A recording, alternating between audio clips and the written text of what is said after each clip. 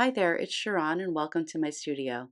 Today I finally have a tutorial for you on how to make these paper earrings that I created for the last Tim Holtz Sizzix release. These earrings are using the abstract element dies, and I'll go ahead and show you a couple of the pair I have today. This pair is made with some collage paper, some neon pieces using the new Dina Wakley Media paints. And this pair right here is made with some wood paper, some leather, some other older Sizzix leather paper that I had in my stash. You can see that I've stamped with paint onto this paper. Um, and this part is leather paper that was sent to me from my friend Claire. And it was very flexible, super easy to cut. And they're all going to be on these long earring fasteners. You can get different kinds, but today we're just going to focus on making just this simple pair. This other pair that I have right here is also using collage fodder. It does have another piece using just a die that was cut out of black paper and some painted paper. We'll go ahead now and just take a look at some of the supplies that I used. I had a lot of questions about different supplies, so I wanted to go over everything that I've used in this project. These are the abstract element dies. This is an older die set called Abstract Faces, but it had some great pieces in it that I wanted to incorporate in the projects that I showed you just now. And I'll talk about what pieces worked for me and what didn't. You can see that some of these pieces have stamping on them, and I use this Tim Holtz mini media mark set. This is one of my favorite stamp sets from Tim Holtz. There's also a Media Marks 1 and Media Marks 2, which are all of these marks just on a larger scale. And I use these a lot in my work. You can see I've painted on them. I've cut some of them up and they're just well loved. But we're going to use some of these images um, in the projects that I've already shown you. You can see right here, this is where I showed the wood paper. So I used that kind of dots and also stamped the floral image, both with distress paint onto wood paper. So the next thing that we'll talk about is just some of the surfaces that I use to create these. So I have a pile of things that I use. This is just a collage paper. It's really thin. It's from my stash. And I'll get into how I adhere that and use it to make earrings. I also have some of this, it's the Sizzix texture roll, and I've painted that with acrylic paint. These are just different colors, and the paper is very flexible. And these sheets right here are just a bunch of different colors of shimmery leather paper. My crafty pal Claire was kind enough to send these my way, and you can see I've cut some out and they cut beautifully. They cut perfectly, they're perfectly thin. Here's some more painted papers. This piece of paper here is an older piece of paper from my stash, and some of you may have this. This is the Sizzix leather paper, so you can see it's super pliable. You can bend it, crinkle it, you can spray on it. And now that that's discontinued, they do have another product. This is a texture roll. It's in white. It's super similar to the older leather paper. There's also this other one. This is a cork roll. But what I've used today in the projects is the white texture roll for most of the things we're going to make. And you can see it's just a little thinner than the original leather paper. It still has the same pliability. You can fold it. I use this for like the thinner paper I showed you, the collage paper. I will actually collage it onto this paper so it retains the flexibility, and then I go ahead and seal that. So we'll talk a little bit more about that after we make some earrings. The next thing I have here is just a piece of canvas. This is a piece of the Ranger sticky back canvas, so it does peel off. I would also, if I painted on this, put it on a piece of texture roll. And then this is just some of the black leather paper that's discontinued. And these are the three remaining little pieces that I have in my stash. And the last thing that I tried out for this project is some wood veneer paper that I also had in my stash. It's super thin paper. It just has like a very thin veneer of wood, so it can be die cut easily.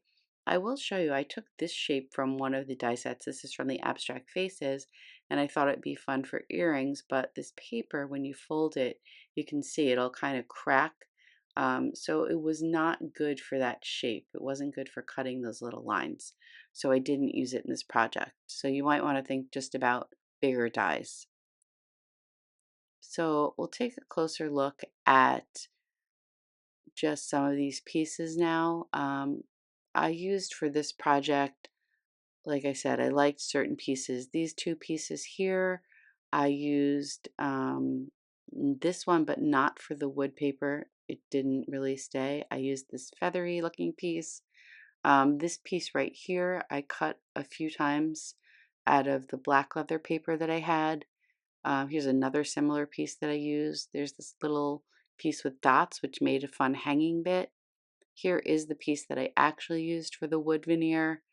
And there are a couple of little bits that I used just to finish off the earrings, just to give them a little bit more texture. And the last thing that I use are these tiny round circles. They cut out like just a little open circle. You can see here the hanging pieces, the little wavy pieces, and the little open circles on top. And some of these are collage papers, some of them are stamped. So we'll get into making a pair of earrings from start to finish. And I'll just show you a little bit about my thought process, what I cut out, and how we're going to get everything put together. So I used distress paint in lumberjack plaid, crackling campfire, carved pumpkin, broken china, and salvaged patina. And then what I've done is just cut all of the pieces that I really like that I want to use for this pair of earrings out of that texture roll. So I'm going to just use this little piece of paper on my mat just for this video so it's easy to clean up. And we'll go ahead and just paint some pieces.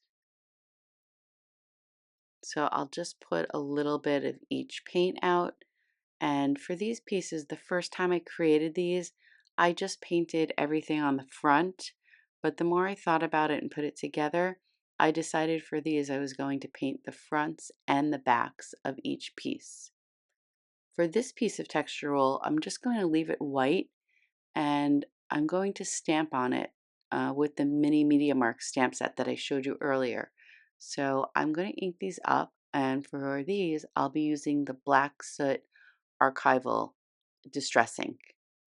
So I'll create a pattern on both of these, and as I said before, I'm going to stamp everything and create that pattern on the front, and then I'll also turn it around and create the same pattern on the back. And the archival ink is waterproof, so this is a great ink to use for this project. And we'll go ahead and just finish up the stamping. Now that the pieces that I painted before are dry, I'm going to use some other mini media marks and stamp in some colors of archival Distress Archival ink. So I have Mermaid Lagoon and Wild Honey, and we'll just add some patterns to these earrings. So I'll use these little dots here. I'm going to stamp the pieces that look like the little feathers and just give them a little bit more texture with some stamping. And you can see how that looks here. I'll go ahead and stamp both sides of each of these feather pieces. And then I'll take the Mermaid Lagoon and I'll stamp something on those. So we'll use stripes for the little blue dots that you see on the right. And we'll go ahead and stamp those as well. So the same thing here, I'm just inking up my stamp. I'll stamp it on the front, and then I'll turn it over and stamp it on the back. So now we have all the pieces that have patterns on them. They're painted on both sides and then stamped on both sides. Probably one of the things I got the most questions on is making these earring backers. So what did I use for this? Really simple. I used a piece of cardstock. So this is black cardstock. I just cut it to 3 inches by 3 inches. I have this fun name stamp that was created for me by my friend Bossy Jossie, and I will link her shop in the description below. I'm just stamping it on white pigment ink, and then I'll go ahead and let this ink dry. The next thing I did to create these was just use a punch that I ordered online. I will let you know that I ordered several of these. It's called an earring backer punch. I'll link the specific one below, but the first two or three I actually sent back because they did not punch through the paper at all.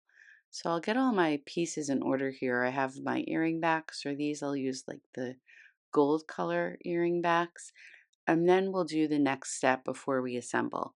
So the next step is to just lay all of our pieces out, and I got a lot of questions on this as well. What did I use to seal these pieces? For this project, I just used what I had in my stash, and I used some Liquitex varnish. It's the Liquitex Professional Satin Varnish. That's what I use to seal paintings with. So I'll go ahead and just shake that up a little bit, and I'm going to just put it into this little cup on my desk, and we'll go ahead and paint over all the pieces. Again, since we painted everything and stamped everything on both sides, when I apply the varnish, I just want to make sure that I am applying it to both sides. So I'll give each and every piece a little coat of the varnish and let those dry. And once we let them dry and come back, we'll be ready to assemble the earrings. So I'll show you how this pair gets put together.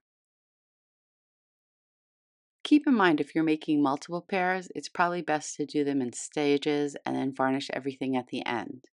So now that everything is put together, varnished and dried, we'll go ahead and punch some holes in the top of each of the pieces so we can assemble them. The punch that I'm using is a 1/16 inch punch. It makes a super tiny hole, and it fits perfectly over these earring backers. So I'll go ahead and put these together. So you'll want to start with the thing that you want to be on the bottom of your stack of shapes. So we'll start with this black and white piece. Then I'll go ahead and add one of these feather looking pieces. You want to make sure that if you want something facing in or out, that you have it oriented the right way. Then I'll add one of these little red, more dangly pieces, and that just gives it a little more interest. And then we'll go ahead and add this turquoise piece that we stamped earlier. The last two things I'm going to add is just a piece, it's a little circle, black circle that we cut from the leather paper. And then I have some of these tiny glass beads. So these are just glass beads you can pick up in the jewelry section of a craft store. And we'll use a couple of these. I have black, and that's what I'm going to use today. So we'll just take two of those, and it just gives the earring a more finished look. So I'll add one to each of these. We'll go ahead and stick them through the holes on the backer and just fasten them. And then you can see we talked about stamping the back. So on this pair, I did stamp on the fronts and backs, and it just looks a lot more finished. So that's how it looks. We'll take another look at some of the ones I showed you earlier. Here are some that I made with collage paper. Here's that pair that I made with the wood veneer paper and leather.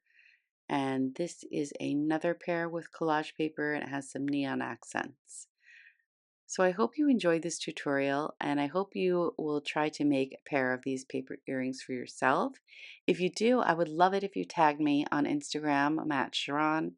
And if you like this video, please give it a thumbs up, and I hope you'll subscribe to see future videos and crafty tutorials. Thank you so much for watching, and have a great day.